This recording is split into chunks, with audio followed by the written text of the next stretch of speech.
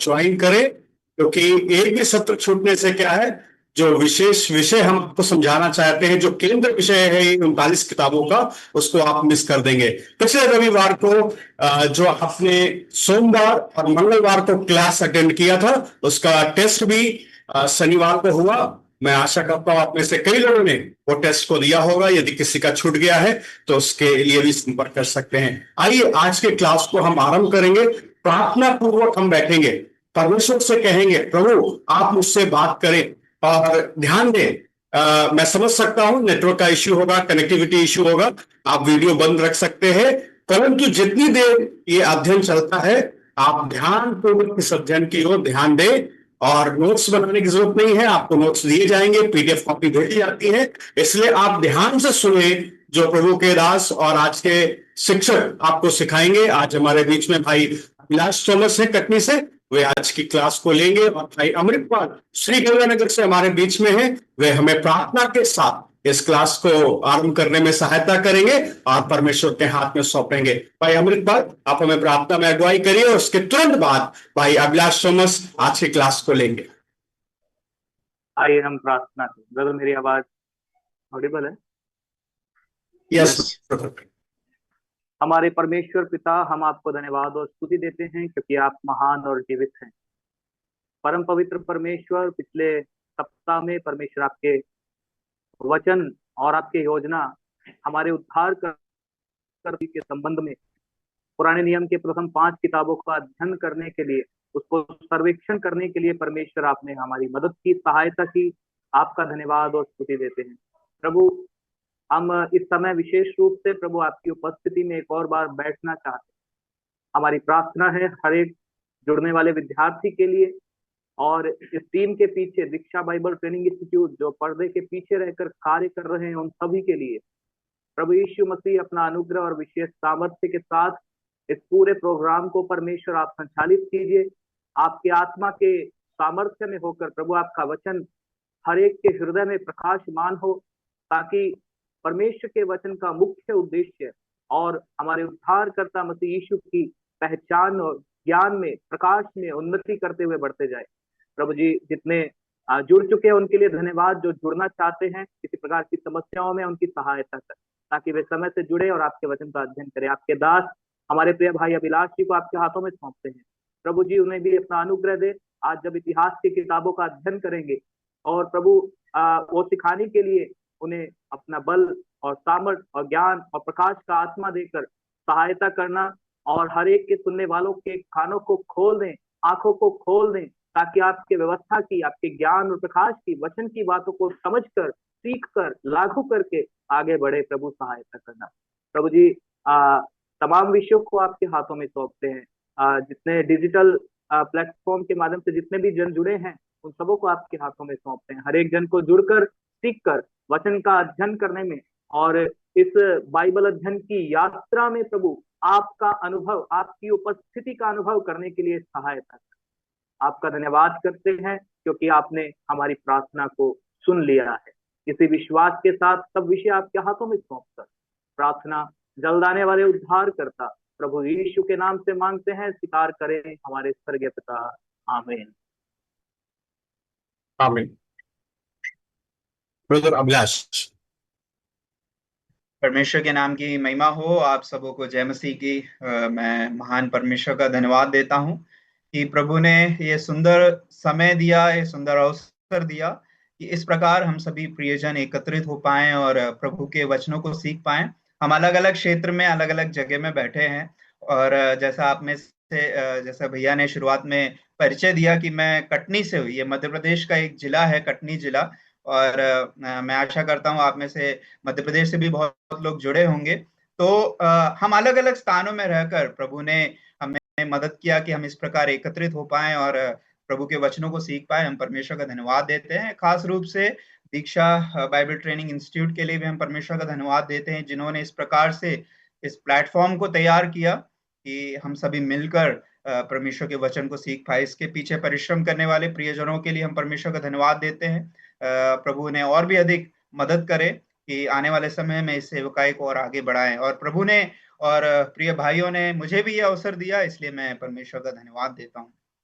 समय ना गवाते हुए हम अपने विषय की ओर, अपने अध्ययन की ओर जाएंगे। हमारा जो अध्ययन है, हम सीख रहे थे बीते दिनों में, हम प्रभु के दास के द्वारा हम डिटेल में, या फिर हम परमेश्वर के वचन को walk through the Bible, Bible के साथ एक परिचय, जो विषय प्रभु के दास ने शुरू किया था, उसमें हम कुछ बातों को देख रहे थे। और उसमें खास रूप से परमेश्वर ने, मोनी भैया ने जो है पंच ग्रंथ, या फिर बाइबल के शुरुआत की 5 किताबों से एक परिचय, 2 दिन का ही समय था, और 2 दिन के समय में उन्होंने बहुत सारी बातों को आपको सिखाया, आपको बताया। मैं परमेश्वर का धन्यवाद देता हूं कि प्रभु ने हमारे बीच में ऐसे शिक्षकों को दिया है जो प्रभु के वचनों को ऐसा सिखाते हैं, और हमें इन समयों का, प्रभु के दास लोगों का फायदा लेना जरूरी है। जब भी हमें ऐसे अवसर मिलते हैं, हम वचन को सीखने की कोशिश करें। तो हम पिछले 2 क्लासेस में हमने ये देखा था कि परमेश्वर का कार्य, या फिर बाइबल का जो पुराने नियम का एक कहानी है, कहानी जो है एक पूरी एक कहानी, हमें जब समझना है, हम जब बाइबल को देखते हैं, हमें इस बात को समझना है, बाइबल की जो 66 किताबें हैं, पुराने नियम की 39 किताबें, नए नियम की 27 किताबें, ये किताबें जो है ये अपने में अनोखी तो हैं ही, इनकी अलग अलग कहानियां तो हैं ही, मगर ये सारे मिलकर एक कहानी है। इस बात को हमें समझना जरूरी है, और ये परमेश्वर के कार्य को प्रकट करता है, प्रभु यीशु मसीह के कार्य को प्रकट करता है मेरे प्रियो। तो जब हम इस वचनों को हम सीखते हैं, इन बातों को हम सीखते हैं, तो हमें समझना है ये हर एक किताबें एक उस घड़ी से, या फिर उस कड़ी से जुड़ जाती है, उस धागे से जुड़ जाती है जो जाकर प्रभु यीशु मसीह में आता है। और ये सारी किताबें, खास रूप से पुराने नियम की जो 39 किताबें हम सीखेंगे, ये सारी किताबें जो हैं आखिर में जाकर उस प्रभु यीशु मसीह को ही प्रकाशित करती है मेरे प्रियो। तो हम जब खास रूप से 5 किताबों को देख रहे थे, तो प्रभु के दास ने बताया कि पंच ग्रंथ जो हैं वो इजराइल जाति के लिए, या फिर इजराइल के राष्ट्र के लिए एक नैतिक बुनियाद को प्रकट करते हैं, एक moral foundation for the people of Israel, Israeli जाति के लिए एक नैतिक बुनियाद। हम जानते हैं उत्पत्ति किताब में हमने देखा कि किस प्रकार से परमेश्वर ने सारी सृष्टि की सारी चीजों को बनाया, परमेश्वर ने रचना किया। और वहां पर प्रभु के दास ने एक बात को बताया था वहां पर कि उत्पत्ति किताब में हम सारी चीजों की रचना देखते हैं, सूरज चांद सितारे से लेकर सारी चीजों का, पेड़ पौधे मानव, सबको परमेश्वर ने बनाया। बस एक ही बात का, या फिर एक ही व्यक्ति का, या फिर एक ही का हम सृष्टि नहीं देखते। और उन्होंने उस बात को बताया भी कि वो किसका है, वो परमेश्वर का है। उत्पत्ति किताब में हम सारी बातों की सृष्टि देखते हैं, मगर परमेश्वर की सृष्टि के बारे में, या फिर परमेश्वर की शुरुआत के बारे में उत्पत्ति किताब में कोई वर्णन नहीं। तो ये बात को वहां पर बताया गया है कि उत्पत्ति किताब ये बताते हुए शुरू कर रही है, ये उस विश्वास के साथ आगे बढ़ रही है कि परमेश्वर है, और परमेश्वर ने ही सब कुछ बनाया। परमेश्वर की सृष्टि नहीं है इसलिए वो परमेश्वर। अगर परमेश्वर को कोई बनाएगा तो वो सृष्टिकर्ता नहीं हो सकते, वो भी एक सृष्टि बन जाएंगे, वो परमेश्वर नहीं हो सकते। वो सृष्टि करता है इसलिए वो परमेश्वर है मेरे प्रियो। और हम देखते हैं फिर उन्होंने उस बात को बताया कि किस प्रकार से मानव के बीच में पाप आया, और सबसे पहला सुसमाचार उत्पत्ति किताब 3 अध्याय उसका 15वां पद को उन्होंने जो है खास रूप से आपको ध्यान दिलाया था। उत्पत्ति 3:15 में हम देखते हैं वहां पर लिखा भी हुआ है, मैं तेरे और स्त्री के बीच में और तेरे वंश और इस वंश के बीच में बैर उत्पन्न करूंगा, और वो तेरे सिर को कुचल डालेगा और तू उसकी एड़ी को डसेगा। वहां पर उन्होंने पहले सुसमाचार के बारे में, प्रोटो इवेंगेलियन, वहां पर बताया था कि एक मसीहा आएगा, प्रभु यीशु मसीह आएंगे, और वो जो है उस क्रूज पर उस शैतान को हराएंगे, और शैतान जो है यीशु मसीह की एड़ी को, स्त्री का वंशज होकर यीशु मसीह पैदा होंगे, और वो कार्य वहां पर होगा। उन्होंने उस बात को बताया था। फिर हम निर्गमन की किताब में आते हैं, उन्होंने ये बताया था कि किस प्रकार से इस्राएली जाति जो अब्राहम के वंशज है, जो परमेश्वर के द्वारा चुने हुई जाति है, परमेश्वर ने एक परिवार को चुना, एक व्यक्ति को चुना, और परमेश्वर उस व्यक्ति के द्वारा, उस परिवार के द्वारा, एक राष्ट्र के द्वारा परमेश्वर सारे संसार को आशीष देना चाहता है। उत्पत्ति 12वें अध्याय में हमने पढ़ा था कि तेरे द्वारा संसार के सारे कुल, सारी जातियां आशीष पाएंगे। तो परमेश्वर एक परिवार को चुनता है, एक व्यक्ति को चुनता है, एक राष्ट्र को चुनता है, और उस चुने हुए राष्ट्र के बारे में हम देखते हैं निर्गमन किताब में उन्होंने बताया था कि किस तरह वो मिस्र देश में पहुंच जाते हैं, और परमेश्वर का अद्भुत कार्य परमेश्वर अपने बड़े हाथ से, अपनी बलवंत भुजा से किस प्रकार परमेश्वर उनको मिस्र देश से निकाल कर लेके आता, हम उस बात को देख रहे थे। और वहां पर फसह का पर्व, वहां पर मेमना, फसह का मेमना जो है बलिदान होता है, उस बारे में वो सब बता रहे थे। मेरे प्रियो, वहां पर हम देख रहे थे कि किस प्रकार से इस्राएल का एक नैतिक बुनियाद वहां पर डाली जा रही थी। फिर उन्होंने जब लेवी व्यवस्था की किताब में आए, तो लेवी व्यवस्था की किताब में उन्होंने उन छुड़ाए गए लोगों के पवित्रीकरण से जुड़ी हुई बातों को बताया कि ये लोग जो छुड़ाए गए हैं, ये मिस्र देश से जो छुड़ाई गई जाति है, ये जो परमेश्वर की बलवंत भुजा से बचाई गई जाति है, किस प्रकार इन्हें अपने आप को पवित्र रखना है और किस प्रकार बड़ी ही पवित्रता से उस परमेश्वर के पास आना है। मेरे प्रियो, वहां पर हम देखते हैं, वो प्रभु के दास इस बात को बता भी रहे थे कि किस प्रकार मूसा तक जो है परमेश्वर की उस पवित्र उपस्थिति में नहीं जा पा रहा था।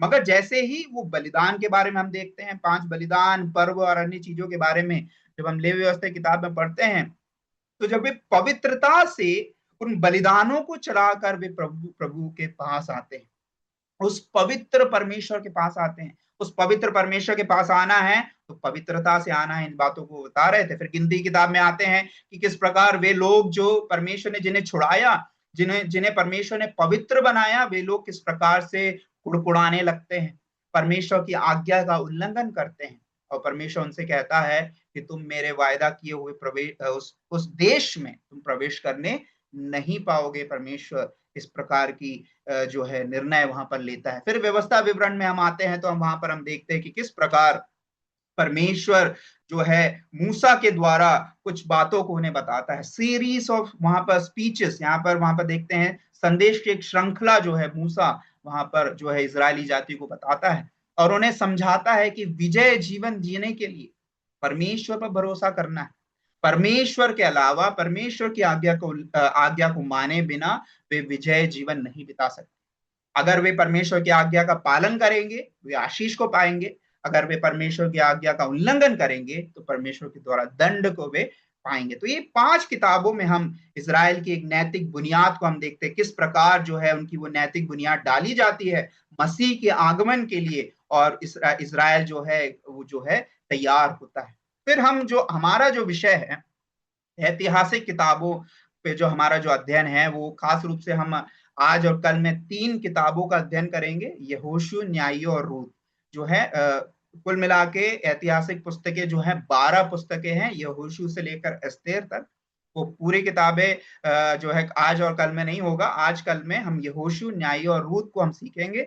और जैसे मैंने बताया, पंच ग्रंथ जो है, शुरुआत की जो 5 किताबें हैं, वो इजराइल के नैतिक बुनियाद को जब बताते हैं, तो ऐतिहासिक किताबें जो हैं मसीह के लिए एक राष्ट्र को तैयार करते हैं। इस्राएल राष्ट्र किस प्रकार मसीह के आगमन के लिए तैयार हो रहा है। जब हम इन ऐतिहासिक किताबों को पढ़ते हैं ना मेरे प्रियो, तो इस बात को समझना है, ये जो ऐतिहासिक किताबें समझना है, ये हिस्टोरिकल बुक्स हैं और ये बताते हैं कि किस प्रकार इस्राएल जो एक देश है, इस्राएल जो एक राष्ट्र है, किस प्रकार वो तैयार हो रहा है और परमेश्वर उन्हें मसीह के आगमन के लिए किस प्रकार तैयार कर रहा है। मेरे तो इन किताबों को पढ़ना बहुत ही जरूरी है मेरे प्रियो। ये खास रूप से इजरायली राष्ट्र का इतिहास है, मगर जब हम इन किताबों को पढ़ते हैं मेरे प्रियो, हमारे आत्मिक जीवन के लिए बहुत सारी बातों को हम सीखते हैं। क्योंकि इजरायली प्रजा जो है हमारे समान जो है कमजोर है। कई बार वे गिर जाते हैं, कई बार वे पाप में पड़ जाते हैं, कई बार वे परमेश्वर की आज्ञा का उल्लंघन कर बैठते हैं। तो किस प्रकार वे परमेश्वर के पास आते हैं, किस प्रकार परमेश्वर उन्हें लेकर चलता है, और वो सारी बातों को जो हम पढ़ते हैं मेरे प्रियो, कई बातें आज हमें भी, हम मसीह लोग जो हैं, हमें भी सीखने के लिए, और ये बातें हमें सिखाती है कि ये किताब कैसे उस मसीह के आगमन के लिए इजरायली राष्ट्र को तैयार करती जाती है। ऐतिहासिक किताबें जब हम पढ़ते हैं, ध्यान दीजिएगा, कुछ बोरिंग होता है, मुझे मालूम है। खास रूप से हम भी जब स्कूल में पढ़ते थे, तो स्कूल में पढ़ते वक्त जो सबसे जो बोरिंग जो सब्जेक्ट लगता था, वो इतिहास का ही सब्जेक्ट लगता था। आपको भी ऐसे ही होगा, हिस्ट्री का जो सब्जेक्ट होता है वो हम सभी के लिए बहुत ही बोरिंग होता है, क्योंकि उसमें बहुत सारे जो है डेट्स और बहुत सारी चीजें रहती है जो हम कई बार याद नहीं रख पाते। हम सबके साथ होता है। तो बाइबल के ऐतिहासिक किताबों के साथ ऐसा नहीं है, बड़े रुचि के साथ पढ़िए, बहुत सारी बातें हमें सीखने के लिए है। तो खास रूप से हम जब जो पहला किताब आज हम सीखने की कोशिश करेंगे जो है यहोशू की किताब। तो यहोशू की किताब जो है बाइबल के एक बड़े कहानी का एक हिस्सा है मेरे प्रिय। तो यहोशू की किताब में जब हम आते हैं तो हम ये देखते हैं कि ये किताब हमें कैसे परमेश्वर के वाचा किए हुए लोगों को, किस प्रकार परमेश्वर उन्हें उस वाचा के देश में, परमेश्वर ने उन्हें प्रॉमिस किया था कि मैं तुम्हें उस वाचा किए हुए, उस वायदे किए हुए मैं देश में पहुंचाऊंगा, उस भूमि में मैं तुम्हें पहुंचाऊंगा। और यहोशू किताब हमें यही बताती है कि किस प्रकार परमेश्वर उन्हें उस वायदे किए हुए स्थान में या फिर वायदे किए हुए देश में परमेश्वर उन्हें पहुंचाता है। और ये किताब जो है ये हमें बताता है कि परमेश्वर कैसा विश्वास योग्य है। परमेश्वर ने जो वायदा किया है, परमेश्वर उस वायदों को पूरा करता है। मगर ये किताब जब अंत होती है, यहोशू की किताब जब अंत होती है, हम देखेंगे आगे, तो किताब में सवाल ये छोड़कर ये किताब समाप्त होती है कि क्या ये जो वाचा की जो प्रजा है, जिनको परमेश्वर ने इस वायदा किए हुए देश में पहुंचाया है, क्या ये परमेश्वर के लिए वफादार होंगे? परमेश्वर इनके लिए जरूर वफादार है, परमेश्वर इनके लिए विश्वास योग्य है। परमेश्वर ने जो वायदा किया, परमेश्वर ने अब्राहम से जो वायदा किया, परमेश्वर ने इसहाक से, याकूब से और उसकी संतानों से जो वायदा किया, इस्राएली जाति से जो वायदा किया, परमेश्वर वो पूरा करता है। इस किताब में हम देखते हैं परमेश्वर कैसे उस वायदे को पूरा करता है मेरे प्रियो। मगर सवाल यही उठता है कि क्या इजरायली जाति आने वाले समय में परमेश्वर के लिए विश्वास योग्य रहेंगे? मेरे प्रियो, यही सवाल हमारे लिए भी है। परमेश्वर हमेशा मेरे लिए और आपके लिए विश्वास योग्य। हमारा प्रभु यीशु मसीह ने हमसे ये वायदा करके गए, प्रभु यीशु मसीह का आखिरी वचन हम सभी जानते हैं कि मैं जगत के अंत तक सदैव तुम्हारे साथ हूँ। परमेश्वर हमेशा हमारे साथ है मेरे प्रियो, प्रभु यीशु मसीह हमेशा हमारे साथ है। मगर सवाल यही उठता है कि हम कितना प्रभु के करीब हैं, हम कितना प्रभु के करीब होकर जीवन बिता रहे हैं, हमारा आत्मिक जीवन कितना बेहतर हो रहा है, हम कितना प्रभु के वचनों को सीख रहे हैं, हम कितना प्रभु की आज्ञाओं का पालन कर रहे हैं। सवाल हमसे भी आज उठता है मेरे प्रियो। तो हम इस बात को समझना है, यहोशू जो है इस सवाल को उठाकर इस किताब को समाप्त होता है, यहोशू की किताब की, क्या इजरायली जाति परमेश्वर की वाचाओं के प्रति, परमेश्वर की व्यवस्था के प्रति, परमेश्वर की आज्ञाओं के प्रति और परमेश्वर के प्रति वे विश्वास योग्य है कि नहीं, ये सवाल उठाकर ये किताब जो है समाप्त होती है। हम थोड़ा जल्दी जल्दी जाएंगे। हम देखते हैं जब व्यवस्था विवरण की किताब समाप्त होती है तो हम देखते हैं कि किस प्रकार मूसा जो है इजरायली जाति को उस कनान देश के, उस वायदा किए हुए देश के एकदम करीब तक लेके आया जाता है। मगर हम जानते हैं कि मूसा जो है वो कभी उस देश में प्रवेश नहीं कर पाए। हम जानते हैं कि वे आते हैं, वहां पर डेरा डालते हैं और मूसा जो है उन्हें बताता है कि किस प्रकार उन्हें परमेश्वर की आज्ञाओं का पालन करना है। मगर हम देखते हैं मूसा जो है उस नबो पर्वत पर खड़े होकर जो है वो सारे प्रदेश को वो देख तो लेता है, मगर वो प्रवेश नहीं कर पाता। क्यों नहीं प्रवेश कर पाता? हम जानते हैं कि उसके गलती के कारण, उसके पाप के कारण परमेश्वर की आज्ञा को उसने उल्लंघन किया और परमेश्वर के न्याय को, परमेश्वर के उस दंड को उसने प्राप्त किया। मेरे प्रियो, मूसा जो परमेश्वर का इतना बड़ा दास था, जिसने लाखों लोगों को, लाखों इजरायलियों को उस मिस्र देश से लेके आया, वो मूसा जो परमेश्वर का भक्त था, वो मूसा तक उस कनान देश में प्रवेश नहीं कर पाया मेरे प्रियो। परमेश्वर के उस वायदे के देश में प्रवेश नहीं कर पाया। तो हमें इस बात को समझना है कि परमेश्वर न्यायी परमेश्वर है, चाहे वो कोई भी क्यों ना हो, चाहे वो पास्टर हो, चाहे वो इवेंजलिस्ट हो, चाहे वो एल्डर हो, चाहे वो विश्वासी हो, चाहे वो कोई भी क्यों ना हो, परमेश्वर की नजरों में हम सब एक बराबर हैं और परमेश्वर हमारा न्याय करता है मेरे प्रियो। इस बात को हमें समझना बहुत जरूरी है। और मूसा जो है परान के जंगल में उसकी मृत्यु हो जाती है और कभी वो उस वायदे के देश में वो प्रवेश नहीं कर पाता है, एक गलती के कारण। परमेश्वर न्यायी है मेरे प्रियो। तो जब हम इन बातों को सीखते हैं ना मेरे प्रियो, तो हमें कितना अधिक और भय से प्रभु के सम्मुख अपने इस मसीही जीवन को बिताना है, इस विश्वासी जीवन को बिताना है मेरे प्रियो। हमें कितना अधिक प्रभु से भय मानना है कि मूसा जो प्रभु का इतना भक्त था, प्रभु का इतना श्रेष्ठ दास था, वो तक परमेश्वर, उसको तक परमेश्वर ने अगर नहीं छोड़ा, तो मेरे प्रियो हम क्या हैं, हमें इस बात को समझना है। हमें इतना अधिक भयभीत होकर उस परमेश्वर के पास, उस परमेश्वर के सामने अपने जीवन को बिताना है। कई बार मैंने देखा है कि हम परमेश्वर को बहुत ही जो है ऐसे ही ले लेते हैं, अरे चलेगा।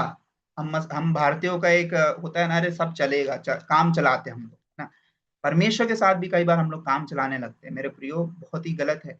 परमेश्वर जो है हमसे चाहता है कि हम परमेश्वर के सामने कितना ही भयभीत रहें। और परमेश्वर जो है न्याय करने वाला परमेश्वर, परमेश्वर प्रेमी है, परमेश्वर न्याय भी है। इस बात को हमें समझना बहुत ही जरूरी है। हम आगे बढ़ेंगे। इस किताब को, यहोशू की किताब को 4 भागों में विभाजित किया गया है। आप देख सकते हैं स्क्रीन में 4 भाग है। उसका पहला जो भाग है वो पहले अध्याय से लेकर 5वें अध्याय तक है। वहां पर हम देखते हैं कि किस प्रकार यहोशू जो है इज़राइल को वायदा किए देश में लेकर जा रहा है और वहां पहुंचाता है। वहां पर हम देखते हैं परमेश्वर जो है मूसा के द्वारा इजरायलियों को वहां से लेकर आया, मगर इजरायली जाति को कनान देश में या फिर वायदे के देश में पहुंचाता कौन है? यहोशू पहुंचाता, जो कि हम उसके पहले अध्याय के से लेकर 5वें अध्याय तक हम उसको देखते हैं। फिर उसके बाद 6 से लेकर 12 तक किस प्रकार जहां उस कनान के देश में जो अलग अलग राज्य हैं, अलग अलग लोग हैं, अलग अलग प्रजा हैं, उसके खिलाफ किस प्रकार परमेश्वर युद्ध करता है। मेरे प्रियो, वहां पर हमें समझना है परमेश्वर इजरायली जाति को विजय दिलाता है और परमेश्वर इजरायलियों के संग होकर वहां पर लड़ता है और परमेश्वर ने स्थान को कब्जा करने में या फिर हासिल करने में मदद करता है, जो कि हम 6 से लेकर 12 तक हम पढ़ते हैं। फिर उसके बाद 13 से लेकर 22 तक किस प्रकार यहोशू जो है उस भूमि को, उस देश को विभाजन करता है और वाचा को पूर्ति होती है, वायदा पूर्ति होती है, वहां पर वायदा का पूरा होता है, वहां पर हम देखते हैं। फिर आखिरी जो 23 और 24 अध्याय हैं, वहां पर हम जो है यहोशू के आखिरी उपदेश को हम देखते हैं, आखिरी विदाई उपदेश, मतलब उसके बाद यहोशू की मृत्यु हो जाती। तो जिस प्रकार मूसा मृत्यु से पहले उपदेश देता है, उसी प्रकार यहोशू भी आखिरी के 2 अध्यायों में उपदेश देकर जो है ये किताब जो है समाप्त होती है। ये रूपरेखा आप लोग ध्यान रखिएगा, इसी रूपरेखा के आधार पर हम आगे बढ़ेंगे। तो सबसे पहले हम पहले अध्याय में हम देखते हैं कि किस प्रकार परमेश्वर जो है इजराइल को वायदा के देश में लेकर आता है और परमेश्वर जो है यहोशू को नियुक्त करता है। और अगर हम यहोशू के बारे में पढ़े मेरे प्रियो, तो यहोशू पुराने नियम में एक बहुत ही महत्वपूर्ण व्यक्ति और वो मूसा का सहायक था। अगर हम निर्गमन किताबों को हम पढ़े तो हम वहां पर समझ पाते हैं कि वो मूसा का एक सहायक था, एक ट्रस्टेड, एक सहकर्मी, विश्वास योग्य सहकर्मी था। और जो मूसा ने जो 12 भेदिए भेजे थे उसमें से भी एक था यहोशू, और समझना है। और 12 में से सिर्फ 2 ही लोग जो हैं अच्छी खबर लेकर आते हैं, आपको मालूम होगा, और उन 2 में से एक कौन था? यहोशू। तो इस बात को समझना है, एक सफल सेनापति भी था। तो यहोशू जो है एक साधारण व्यक्ति नहीं है, यहोशू जो है परमेश्वर के लिए उपयोग हुआ एक पात्र है, एक बहुत ही महत्वपूर्ण व्यक्ति के रूप में हम उसको देखते हैं। फिर उसके बाद पहले अध्याय में किस प्रकार परमेश्वर यहोशू को उस सेवा के लिए, इजरायली जाति के नेतृत्व के लिए नियुक्त करता है। हम यहोशू नाम को अगर आप देखेंगे तो आप देख सकते हैं यहोशू जो शब्द है वो इब्रानी शब्द येशुआ से आता है, और यही येशुआ शब्द जो है यीशु मसीह का भी नाम। तो जो योशुआ शब्द है ना, वो एक्चुअली में अंग्रेजी रूप है येशुआ शब्द का, और ये शब्द जो है हमारे प्रभु यीशु मसीह का भी नाम है, जिसका मतलब होता है यहोवा बचाता है या फिर यहोवा उद्धार करता है, यावे सेव्स। तो ये नाम था यहोशू, जो मूसा का सहकर्मी था, जो इजरायली जाति का जो है अगुआ था। तो मेरे प्रियो, इसको समझना है कि किस प्रकार ये किताब जो है उस प्रभु यीशु मसीह के जो है उस आगमन की तैयारी में ये कैसे तैयार हो रहा है, ये घटनाएं ये बताती जा रही है, ये व्यक्ति कैसे बता रहा है कि परमेश्वर जो है छुटकारा देगा, परमेश्वर बचाएगा। वो नाम की सिमिलैरिटी आप देख लीजिए मेरे प्रिय। और उस व्यक्ति को, यहोशू को, परमेश्वर क्या करता है? नियुक्त करता है। पहला अध्याय में अगर आप देखें तो यहोशू की नियुक्ति के बारे में हम करते हैं। खास रूप से मैं एक वचन आपके सामने पढ़ना चाहूंगा, उसका 7 और 8 पद को हम पढ़ेंगे। पहला अध्याय का 7 और 8 पद, वहां पर लिखा है, वहां पर इतना हो कि तू हियाव बांधकर और बहुत दृढ़ होकर जो व्यवस्था मेरे दास मूसा ने तुझे दी है उन सबके अनुसार करने में चौकसी करना, और उससे ना तो दाहिने मुड़ना और ना बाएं, और तब जहां जहां तू जाएगा वहां वहां तेरा काम सफल होगा।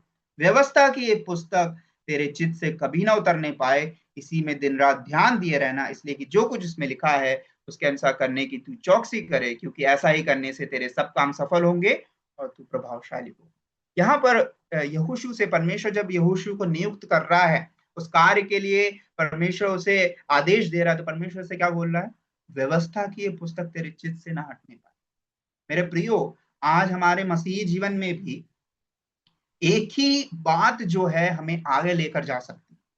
परमेश्वर का वचन भजन 119 में कहता है, तेरा वचन मेरे पाँव के लिए दीपक और मेरे मार्ग के लिए उजियाला है। परमेश्वर का वचन ही है मेरे प्रियो जो हमें अगुवाई करता है, जो हमें आगे लेकर चलता है। वही बात को परमेश्वर यहाँ पर यहोशू से भी कह रहा है कि ये पुस्तक तेरे चित्त से मतलब तेरे दिमाग से हटना नहीं चाहिए कभी। ये हमेशा ये पुस्तक को दिमाग में भर लेना है, तेरे मन में इसको भर लेना है, तभी ये पुस्तक तेरी अगुवाई करेगा मेरे प्रियो। वचन अगुवाई करेगा।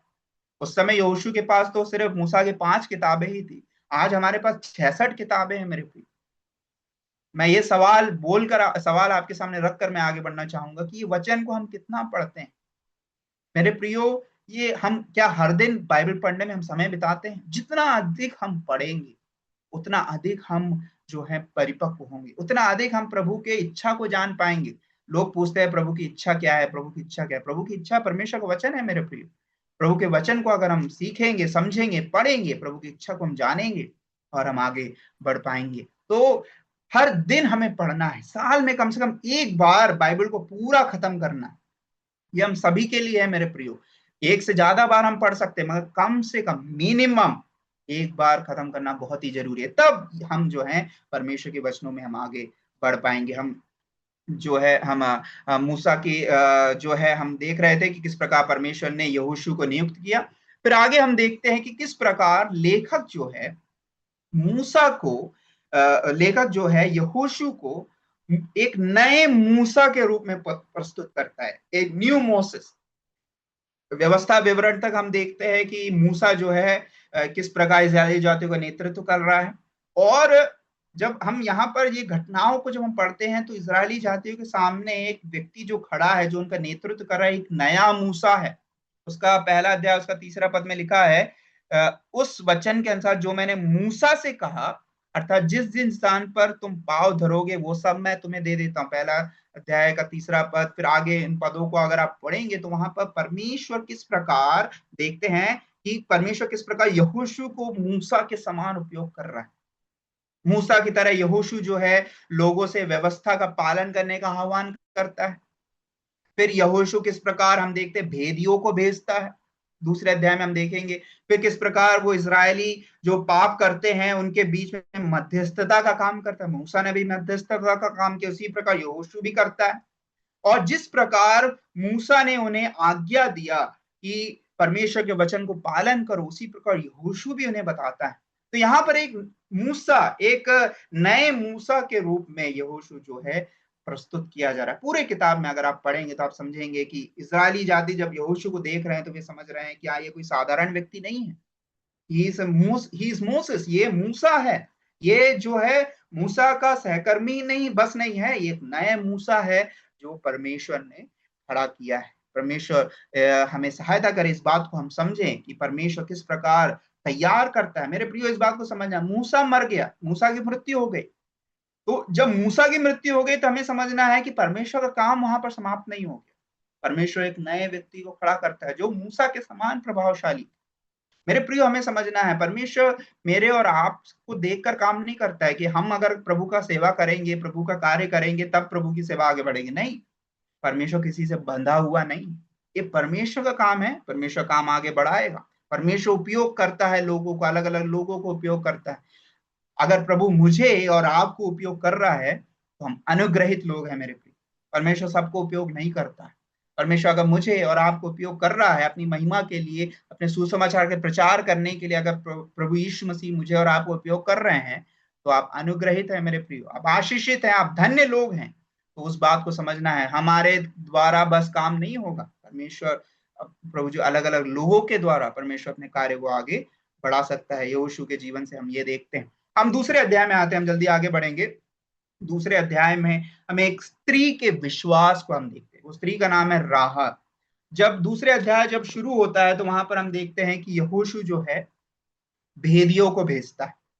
मूसा ने 12 भेदिए भेजे थे, आपको याद होगा। 12 भेदिए जब उसने भेजा तो 12 में से सिर्फ 2 ही अच्छे खबर लेके आए। इसलिए हो सकता है यहोशू ने सिर्फ 2 भेदियों को भेजा। क्या कारण है हमें मालूम नहीं, मगर हो सकता है कारण यही लगता है कि 12 भेजने का कोई फायदा हुआ नहीं। 10 लोगों ने तो गलत समाचार दिया, तो 2 लोगों ने अच्छा समाचार दिया। तो हो सकता है यहोशू ने वही सोचकर 2 भेदियों को भेजा। और वे कहां पर पहुंच जाते हैं? वे राहब नामक एक स्त्री के घर में पहुंच जाते हैं। और उस स्त्री के बारे में लिखा गया है कि वो एक वेश्या थी। मेरे प्रियो, मगर इस बात को समझने, जब आप इस अध्याय को पढ़ेंगे ना, तो आप समझेंगे कि किस प्रकार ये महिला जो है उस पूरे यरीहो के क्षेत्र में, पूरे यरीहो के शहर में सिर्फ ये महिला परमेश्वर पर विश्वास करती। और परमेश्वर उस कनानी स्त्री को, जो है, जिसका कार्य भी अच्छा नहीं है, जो समाज की नजरों में एक बहिष्कृत है, जो समाज की नजरों में एक गलत कार्य कर रही है, परमेश्वर उसको बचाता है मेरे प्रियो।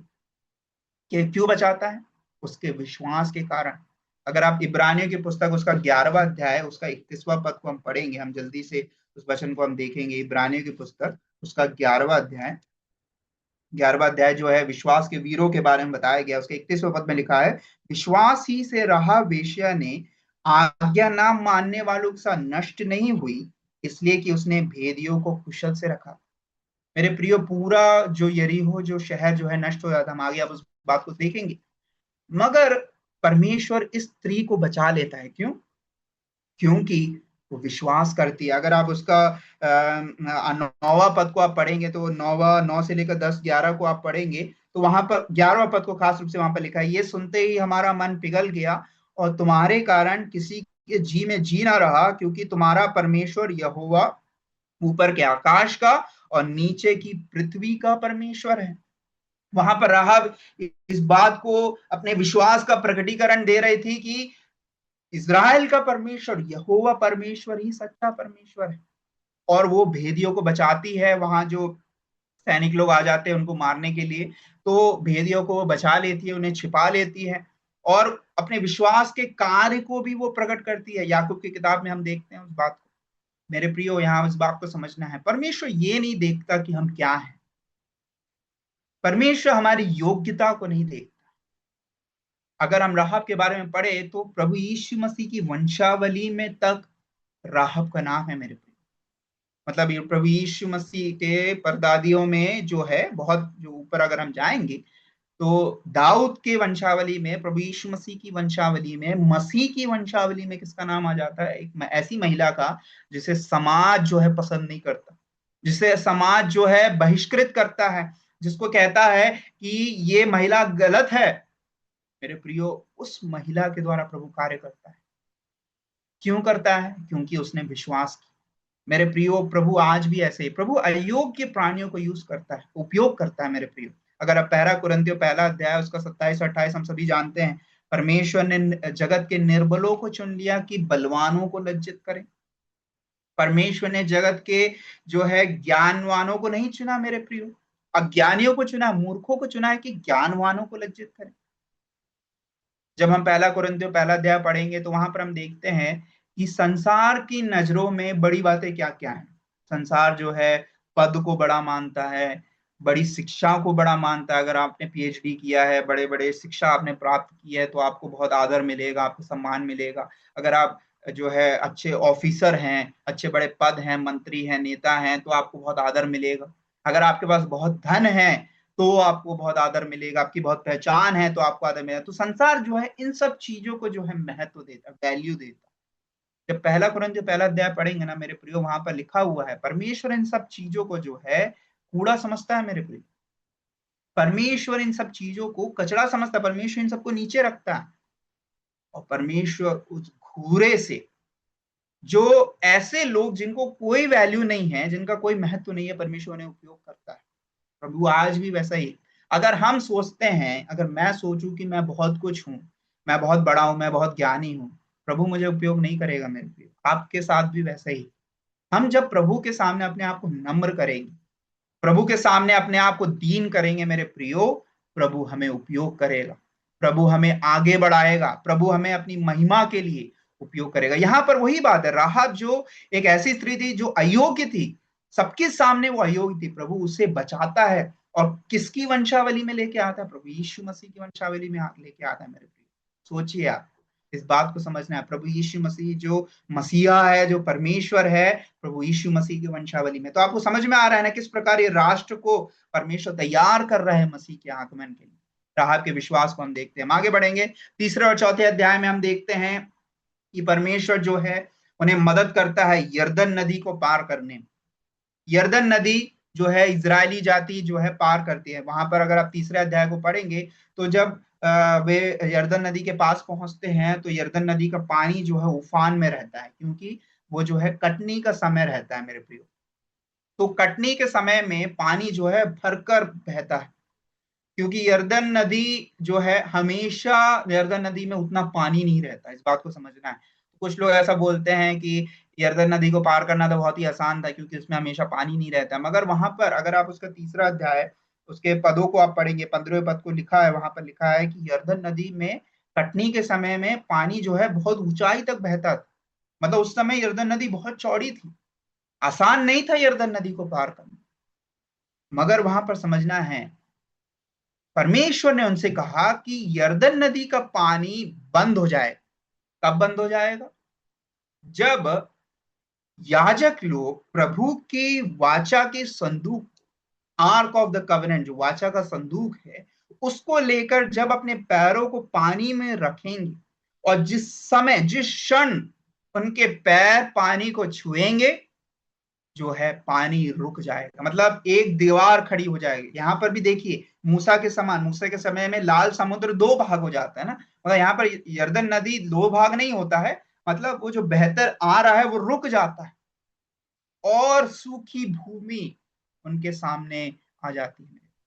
तो यहाँ पर भी विश्वास का प्रमाण ही, अगर आप हर एक अध्याय को आप पढ़ेंगे ना तो वहां पर आप देखेंगे कि किस प्रकार इजरायली जाति अपने हर एक कदम पर उन्हें विश्वास का प्रमाण देना। वे परमेश्वर पर जब विश्वास करेंगे, परमेश्वर की आज्ञाओं का जब मानेंगे, परमेश्वर उनके जीवन में अद्भुत कामों को करेगा मेरे प्रिय।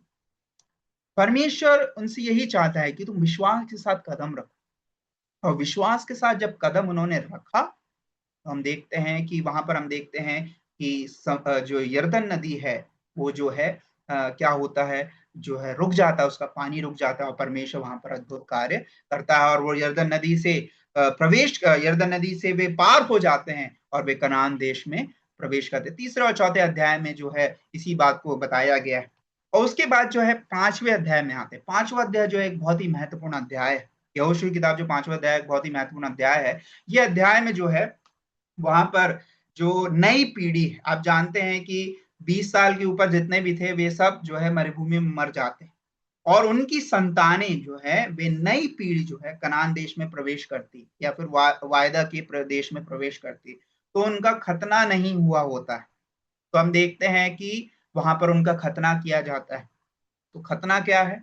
खतना जो है एक सिर्फ एक प्रतीक है आंतरिक बदलाव का, आंतरिक वाचा का, जो वे परमेश्वर के साथ बांधते हैं। वे निर्णय लेते हैं कि मैं परमेश्वर का जन हूं, यहोवा की प्रजा हूं, और वे अपने उस बाहरी चिन्ह के द्वारा वे प्रकट करते हैं कि वे परमेश्वर की प्रजा हैं। और वहां पर देखते हैं कि उनका खतना नहीं हुआ रहता है, तो वहां पर उनका खतना होता है और वे ये प्रकट कर रहे हैं, वे अपने उस कार्य के द्वारा ये दिखाने की कोशिश कर रहे हैं कि मेरा जीवन जो है परमेश्वर के लिए है, प्रभु के लिए मैं जीऊंगा। और उसके बाद वे फसह का पर्व मनाते हैं। और हम देखते हैं कि उसी समय, उसी पांचवें अध्याय का जो अगर 12वां पद को आप पढ़ेंगे तो वहां पर हम देखते हैं कि मन्ना जो है रुक जाता है। हम सभी जानते हैं 40 साल तक मन्ना प्रभु ने देता है, प्रबंध करता है, उन्हें कभी जो है भोजन की कमी नहीं होती, प्रभु उन्हें समय पर भोजन देता है। मगर जैसे ही वो उस देश में प्रवेश करते हैं मन्ना रुक जाता है। तो परमेश्वर उनसे कहता है कि अब से आगे का जो तुम्हारा जीवन है वो कैसा है? विश्वास का जीवन। तुम जो है अभी तक तुम्हें मालूम था कि सुबह मन्ना गिरेगा, जाकर बटोर लो, ये पक्का पता था, मगर अब ऐसा नहीं है। अब जैसा हम देखते हैं दूसरा कुरिन्थियों 5वें अध्याय में, हम देखते हैं 5 के 7 में, हम जो है विश्वास के आधार पर देखते हैं। We live by faith not by sight. हम देख कर नहीं, हमें हमें ये हमारा जो मसीही जीवन भी ऐसा ही है मेरे प्रियो। हमें ये पता है, हमें ये नहीं पता है कि आगे क्या होगा, मगर हमें ये विश्वास है कि हमारा प्रभु हमें लिए चले। और इस अध्याय में जब मन्ना जब खत्म हो जाता है, मन्ना गिरना बंद हो जाता है, तो प्रभु उनसे यही कहता है कि अब से जो तुम्हारा जीवन है वो विश्वास का जीवन। और उसी के बाद जो है जब मन्ना भी गिरना बंद हो जाता है और वो यरीहो के बाहर आ जाते हैं, और यरीहो जो शहर है वो किलेदार एक शहर है, किले से बंद एक शहर, एक शहरपना है, उसके चारों तरफ बड़ी बड़ी दीवारें, शहरपना है। तो यहोशू जब उसको देखता है तो वो उसके मन में एक चिंता आ जाती है। तो ये सोचता होगा कि मेरी साथ जो सेना है वो नई पीढ़ी, क्योंकि जो जो बड़े बड़े युद्ध किए हैं वो आधे से ज्यादा लोग तो मर चुके हैं, नई पीढ़ी है, इनमें से इन्होंने युद्ध किया होगा मगर उतना अनुभव नहीं है। और यहाँ पर जो युद्ध करने जा रहे हैं जिससे, वो पूरा शहरपना से भरे, मतलब बड़ी बड़ी शहरपना, उसको हम कैसे तोड़ेंगे? यहोशू के मन में आया होगा, हम उसके पार जाएंगे तो वे तीर से हमें गिरा देंगे। तब यहोशू के सामने एक योद्धा आता है, परमेश्वर की सेना, कमांडर जो आता है, सेनापति जो है, जो परमेश्वर का जो स्वर्गदूत होता है, जो दूत होता है, वो आता है यहोशू के सामने, और वो उसको ये आश्वासन देता है कि परमेश्वर जो है तुम्हारे लिए या फिर इस्राएली जाति के लिए युद्ध को लड़ेगा। उसका अगर आप उसका 5वां अध्याय, वहां पर उसका 14वें पद में लिखा है कि तब उसने उत्तर दिया, नहीं, वरन मैं यहोवा की सेना का प्रधान होकर अभी आया हूं। और तब परमेश्वर वहां पर उसके पास आता है, उसे आश्वासन देता है कि तुम्हें चिंता करने की जरूरत नहीं, जिस प्रकार मैंने मूसा को अगुवाई किया मैं तुम्हें भी अगुवाई करूंगा। यहाँ पर जिस प्रकार मूसा को परमेश्वर ने जलती हुई झाड़ी में दर्शन दिया, उसी प्रकार यहाँ पर भी यहोशू के सामने जो है एक पुरुष जो है यहोवा की सेना का प्रधान जो है प्रकट होता है, और जो है वो उसको बताता है, उसको एक आश्वासन देता है कि तुम्हें चिंता करने की जरूरत नहीं, मैं तुम्हारे साथ हूं, मैं तुम्हें आगे लेकर जाऊंगा। मेरे प्रियो, मसीही जीवन भी ऐसा ही है, परमेश्वर हमारे साथ है मेरे प्रियो, परमेश्वर हमें आगे लिए चले, हमें चिंता करने की जरूरत नहीं, हमें डरने की जरूरत नहीं।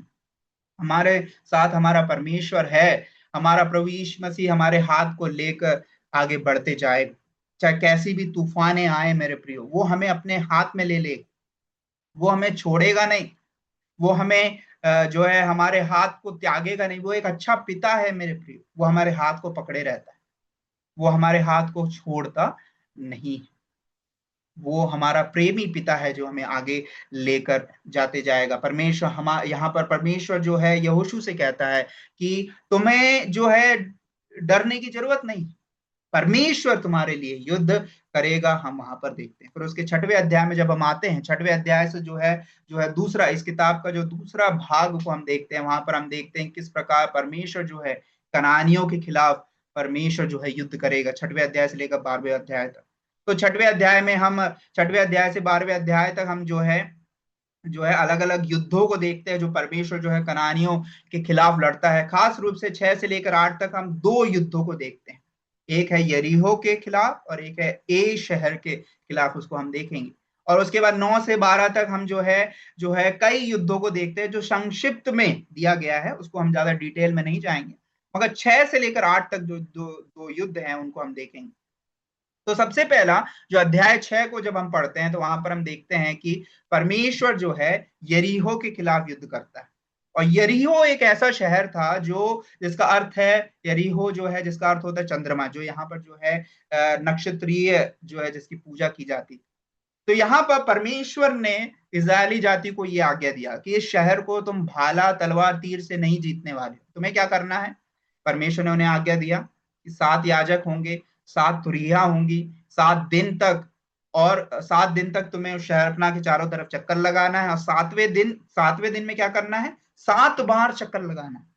और उसका 6वें अध्याय के 10वें पद में लिखा है, अगर आप उसको पढ़ेंगे, वहां पर लिखा है 6 के 10 में, परमेश्वर ने उन्हें खास आज्ञा दी थी कि यहोशू ने लोगों को आज्ञा दी, जब तक मैं तुम्हें जय जयकार करने की आज्ञा न दूं तब तक जय जयकार ना करो, ना तुम्हारा कोई शब्द सुनने में है, मतलब मुंह से एक आवाज नहीं आनी चाहिए जब तक यहोशू बोलेगा नहीं। तो मतलब इतनी कड़ी आज्ञा परमेश्वर ने उन्हें दिया और उस आज्ञा को उन्हें पूरा करना और वाचा की संदूक को लेकर चारों तरफ चलना है। हम जानते हैं वाचा की संदूक जो है परमेश्वर की उपस्थिति को दिखाता है।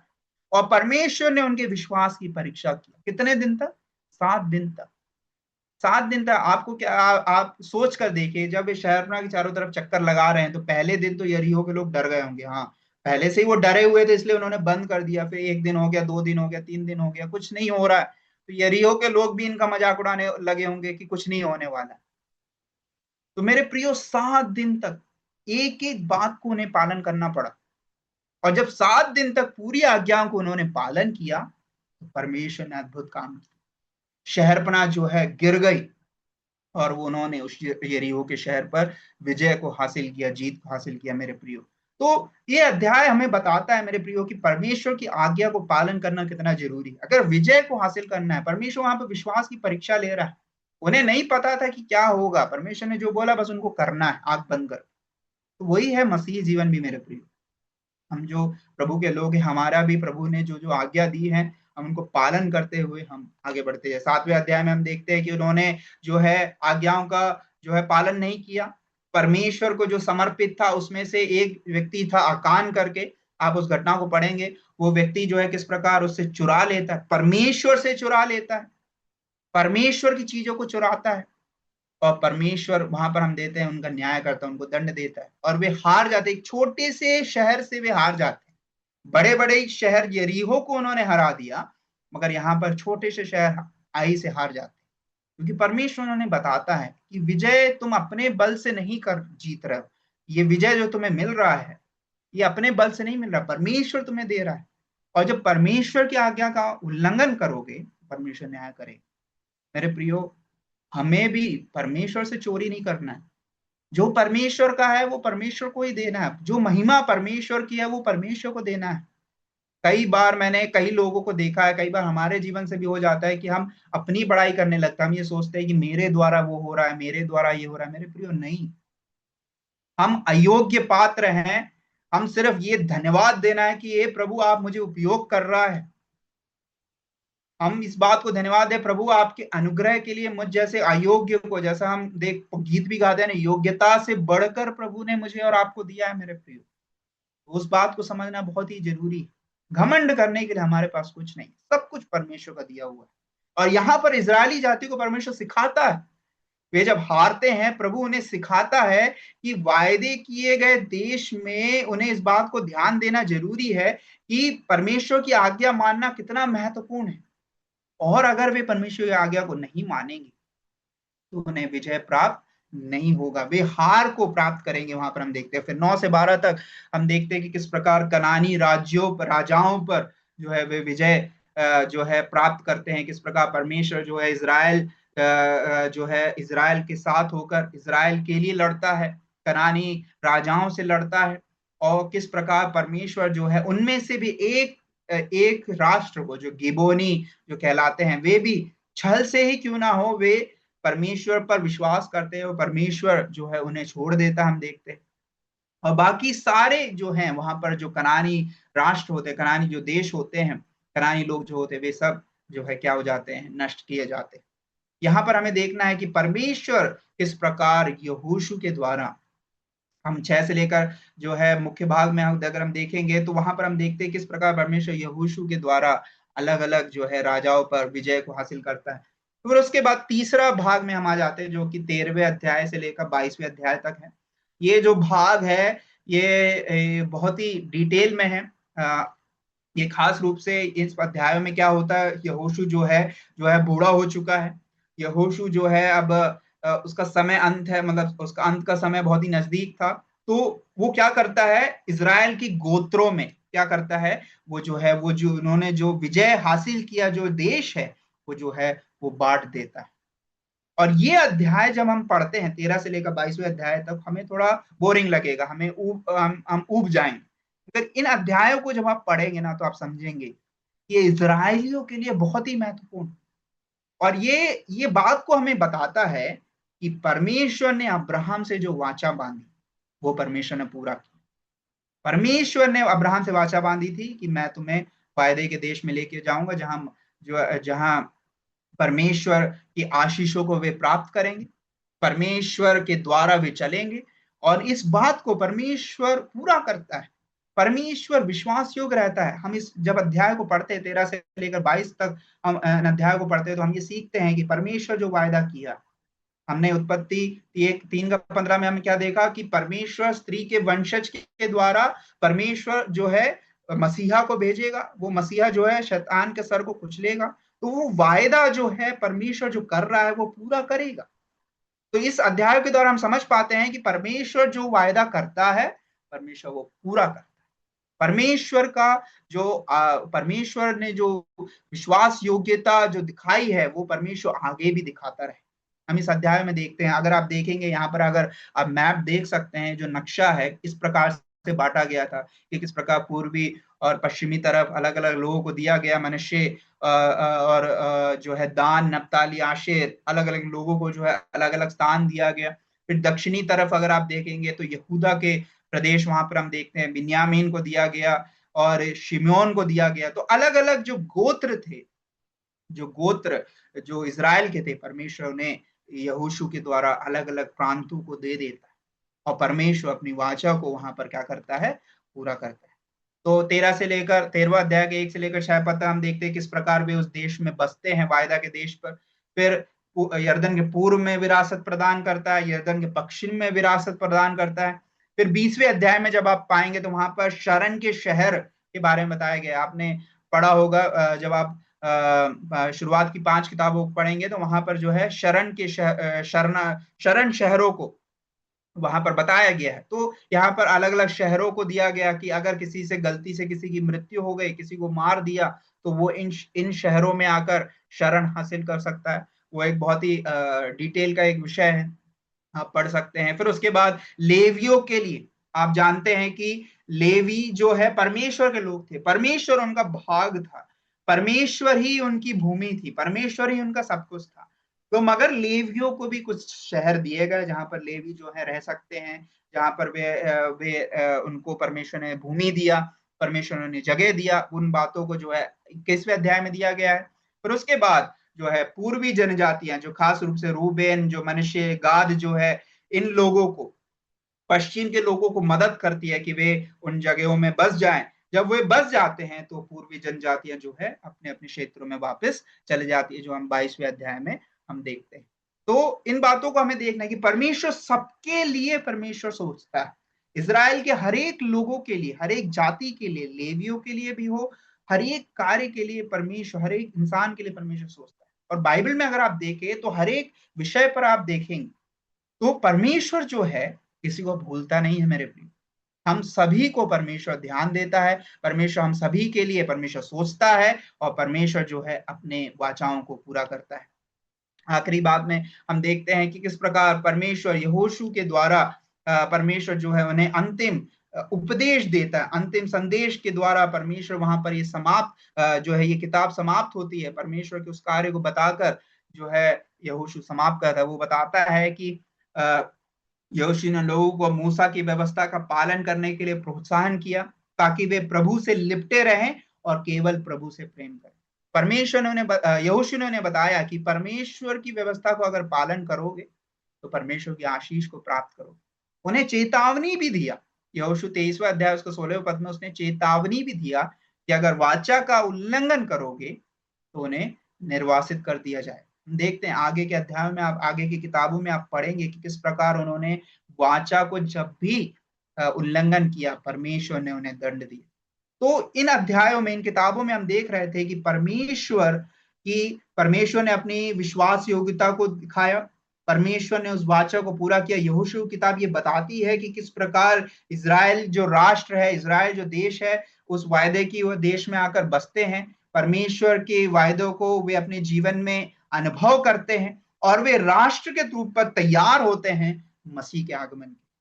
और ये किताब के द्वारा हमें ये सीखने को मिलता है मेरे प्रियो, कि परमेश्वर जो भी का वायदा करता है वो जरूर पूरा करता है। मैं बार बार इसलिए इस बात को बता रहा हूं ये हमें हमारे मसीह जीवन में और अधिक परमेश्वर पर भरोसा करके आगे बढ़ने में मदद करेगा। आखिरी वचन जो बहुत ही महत्वपूर्ण वचन है, इस किताब का सबसे प्रमुख वचन जो है वो है यही वचन है, यहोशू किताब उसका 24वां अध्याय उसका 15वां पद को हम पढ़ लेंगे, उसको पढ़कर हम समाप्त करेंगे। यहोशू की पुस्तक उसका 24वां अध्याय उसका 15वां पद, और वहां पर लिखा है, यदि यहोवा की सेवा करनी तुम्हें बुरी लगे तो आज चुन लो कि तुम किसकी सेवा करो, चाहे उन देवताओं की जिनकी सेवा तुम्हारे पुरखा महानत के उस पार करते हैं, चाहे एमोरियों के देवता की सेवा करो जिनके देश में तुम रहते हो, परंतु मैं तो अपने घराने समेत यहोवा की सेवा नित करता रहूं।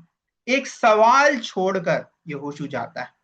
यहोशू उनसे कहता है कि मैं तो परमेश्वर की ही सेवा करूं, मेरा सिर्फ एक ही परमेश्वर है, वो यहोवा परमेश्वर, उसके अलावा मेरा कोई परमेश्वर नहीं, मैं उस परमेश्वर की ही सेवा करूं। सवाल आपसे ये है, परमेश्वर यहोशू इस्राएलियों से कहता है, सवाल तुमसे ये है कि तुम किसकी सेवा करोगे? क्या तुम कनान की देवी देवताओं की सेवा करोगे कि यहोवा परमेश्वर की सेवा करोगे, जो तुम्हें मिस्र देश से छुड़ा कर ले आया, जो तुम्हें इस देश में बसाया, जो तुम्हें यहाँ पर जो तुम्हारा पालन पोषण कर रहा है? मेरे प्रियो, आज सवाल हमसे भी उतना ही है। मेरे प्रियो, हम हो सकता है किसी दूसरे देवी देवताओं की हम पूजा या फिर आराधना ना कर रहे, परमेश्वर की आराधना कर रहे, वो सब अच्छी बात है, मगर इस बात को समझना है, सवाल ये है कि हमारे जीवन की प्राथमिकता हम किसको दे रहे हैं। हमारे जीवन में कई कई प्रकार की मूर्तियां हम बना लेते हैं। कई बार हम अपने आप को ही परमेश्वर से अधिक प्राथमिकता देने लगते हैं, कई बार अपने परिवार को हम परमेश्वर से अधिक प्राथमिकता देने लगते हैं, कई बार अपने कार्य को, सेवा को और कई कार्यों को हम परमेश्वर के ऊपर रखने लगते हैं। मेरे प्रिय, यहोशू सवाल उठाता है कि तुम किसकी सेवा कर रहे हो? क्या हम अपनी सेवा कर रहे हैं? क्या हम अपने उन्नति के लिए कर रहे हैं कि परमेश्वर के राज्य की उन्नति के लिए अपने जीवन को बिता रहे हैं? मेरे प्रियो, सवाल हमसे भी यही है। जब यहोशू यहाँ पर इस किताब को समाप्त कर रहा है, यहोशू का आखिरी संदेश भी वही है, और मैं भी आपसे और मेरे लिए भी यही वचन बात को बोलकर मैं समाप्त करना चाहता हूँ कि परमेश्वर ही हमारी प्राथमिकता होनी चाहिए, क्योंकि परमेश्वर हमेशा मेरे लिए और आपके लिए विश्वास योग्य है। इजरायलियों के लिए विश्वास योग्य था, आगे भी वो किस प्रकार जो है इजरायलियों के लिए विश्वास योग्य रहेगा, उस बात को हम सीखेंगे। परमेश्वर हमेशा विश्वास योग्य है, मगर परमेश्वर यही चाहता है कि हम परमेश्वर की महिमा के लिए जीवन बिताएं, परमेश्वर पर भरोसा रखें, अपने जीवन के हर एक कदम में हम परमेश्वर पर भरोसा रखें और परमेश्वर की इच्छा के अनुसार जीवन बिताएं, आज्ञा को माने। इजरायली जब आज्ञा का उल्लंघन किए, परमेश्वर के दंड को प्राप्त किए। मेरे प्रियो, आज भी वैसे ही हम जब आज्ञा का उल्लंघन करते हैं, परमेश्वर जो है दिखाकर दंड नहीं देता, मगर परमेश्वर दंड देता है। आप सबने अनुभव किया होगा, मैंने अनुभव किया है।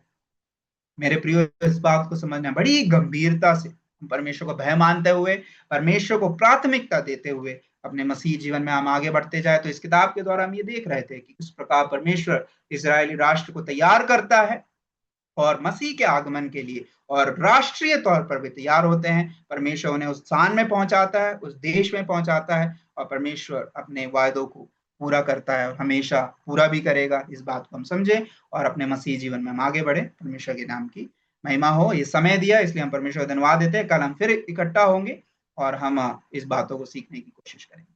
धन्यवाद। थैंक यू ब्रदर अभिलाष, परमेश्वर के नाम की महिमा हो। और अक्सर ऐसा होता है जब हम लोग को संदेश के लिए समय दिया जाए, तो अच्छा प्रचारक कौन होता है पता है आपको? अच्छा प्रचारक, वचन सुनाने वाला, समय से पहले जो समाप्त कर दे, सो उनको बार बार अवसर दिया जाता है। हमारा अभिलाष भाई को भी हम लोग बार बार अवसर देंगे कि वो बहुत ही सरल भाषा में बड़े सुंदर तरह से हम लोग को समझाया, और समय से पहले भी हम लोग क्लास को समाप्त किया है। मैं आशा करता हूं जो भाई ने आज आप लोग को सिखाया है, आप लोग को समझ में आया होगा। और आप बार बार, मैं दोहरा रहा हूं, पिछली क्लास में भी दोहराया था, ये एक आउटलाइन या बहुत ही संक्षिप्त रूप से आपको बुक में क्या है, मुख्य विषय क्या है, मुख्य संदर्भ या उस किताब का मुख्य संदेश क्या है, ये समझाया जा रहा है। अगर इतना हमको सही तरह से समझ में आता है तो हमें बहुत कुछ समझ में आ जाएगा। जब हम किताब को पढ़ेंगे पुराने नियम की, तो हमें समझ में आएगा वास्तविक विषय वस्तु क्या है और वो हमें क्या समझाना चाह रहा है। सो कृपया निरंतर जुड़े, अपने रोल नंबर को डालें। यदि कोई प्रश्न है, कुछ बातें नहीं समझ में आती हैं, जरूर हम तक पहुंचे। हम आपको मदद करने में खुशी होगी और हम जरूर आपको सहायता मदद करेंगे। अभी हम लोग प्रार्थना के साथ सम्मिलित करेंगे। हमारे बीच में भाई कश्मीर का चंद है, उनसे निवेदन करेंगे कि वे हमें प्रार्थना में अगुवाई करें और आज की क्लास को प्रार्थना के साथ समाप्त करें। कश्मीर चंद पंजाब से मैं आपसे अनुरोध करूंगा, अपने माइक को अनम्यूट करें ब्रदर, और हमें अंतिम प्रार्थना में अगुवाई करें। भाई अभिलाष के लिए भी प्रार्थना करें, ताकि जब वो कल क्लास ले, परमेश्वर अपने वचनों को उनको दे, और साथ ही साथ अलग अलग राज्यों से जो हमारे पार्टिसिपेंट्स जुड़ रहे हैं, परमेश्वर उनको भी अच्छी कनेक्टिविटी दे और वो भी कल जुड़ सके। भाई कश्मीर। आओ हम प्रभु के आगे प्रार्थना करते हैं। अनुग्रहकारी पिता परमेश्वर, आप महान हो। महान पिता परमेश्वर, आपका धन्यवाद करते हैं प्रभु जी। आज शाम के समय अलग अलग स्थानों से सभी भाई बहनों को जोड़ा प्रभु जी, ताकि हम आपका जो वचन है प्रभु जी, वो आपके दासों के द्वारा सीख पाए प्रभु जी। पहले 5 किताबों का अध्ययन किया प्रभु जी, उसमें आपने हमें बहुत कुछ समझाया प्रभु जी, आपका धन्यवाद करते हैं। फिर प्रभु जी आपने अपने दास के द्वारा प्रभु जी यहोशुआ के विषय में जो हमें समझाया प्रभु जी, कैसे परमेश्वर आपने यहोशुआ को तैयार किया प्रभु जी, जो मूसा के बाद प्रभु जी यहोशू को आपने चुना प्रभु जी इजरायली लोगों के लिए प्रभु जी, और कैसे यरीहो में प्रभु जी उनको लेकर गए प्रभु जी, कैसे प्रभु जी आपने उनको आगे लेकर प्रभु जी पूरी वाचा को प्रभु जी पूरा किया प्रभु जी। धन्यवाद करते हैं पिता परमेश्वर, आपके नाम की महिमा हो प्रभु जी। जितने भाई जुड़ पाए हैं खुदावंत पिता परमेश्वर, सभी भाइयों ने जो वचन आपका सुना है प्रभु जी, उनके जीवन में प्रभु जी अधिक कार्य करे प्रभु जी। प्रभु जी उनके जीवन में प्रभु जी वो पूरे हृदय में जमा हो पाए पिता परमेश्वर, और आपके वचनों को सीख कर प्रभु जी आपके वचनों के द्वारा चल पाए खुदावंत पिता। प्रभु जी आपके दास जो प्रभु जी इस सेवा में जुड़े हुए हैं पिता परमेश्वर, जो पुराना नियम को समझा रहे हैं प्रभु जी, उनको आपके हाथों में देते हैं प्रभु जी, और बहुत ही अच्छे ढंग से, बहुत ही सरल ढंग से प्रभु जी वो आपका वचन को समझा रहे हैं प्रभु जी। उनको और भी प्रभु जी बलवान करें पिता परमेश्वर। दुआ प्रार्थना को सुनो और कबूल करो। प्यारे परमेश्वर, आपके इकलौते पुत्र प्रभु यीशु मसीह के जलाली और मीठे नाम में मांगते हैं, आमीन आमीन आमीन। Thank you brother. जय मसीह, सभी को जय मसीह की। Recording stopped. आमीन।